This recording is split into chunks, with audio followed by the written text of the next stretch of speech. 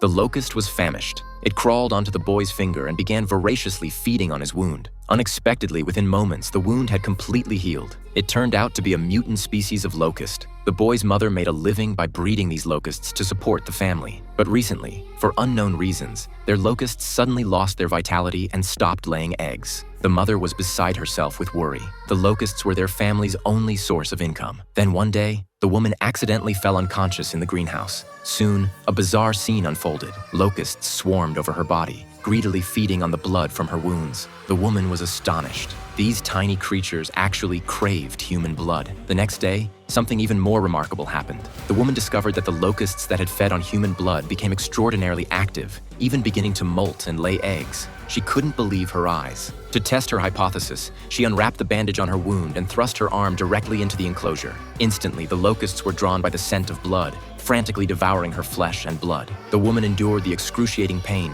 gritting her teeth through it all. After the locusts had their fill, she carefully removed the locust legs embedded in her wounds, one by one. The following day, the woman arrived early at the breeding facility to check the results. Sure enough, the locusts had grown significantly larger, and locust eggs were everywhere. The woman was ecstatic. She had discovered the secret to wealth. She immediately enlisted her friend Mike to help expand the breeding operation. Each night, she would slice open her wounds with a knife and continue feeding the locusts with her own blood. Despite the agony, large batches of locusts matured rapidly, each one impressively sized, fetching prices several times higher than before. Her daughter, however, was far from pleased. Because of the family's locust farming, she had been constantly mocked by classmates, with some even posting humiliating videos of her online. She had repeatedly begged her mother to abandon the locust business, but instead, her mother had only expanded the operation. In a fit of rage, she grabbed a knife and stormed into the breeding facility, slashing all the containment nets. Little did she know that her actions would unleash a catastrophic disaster.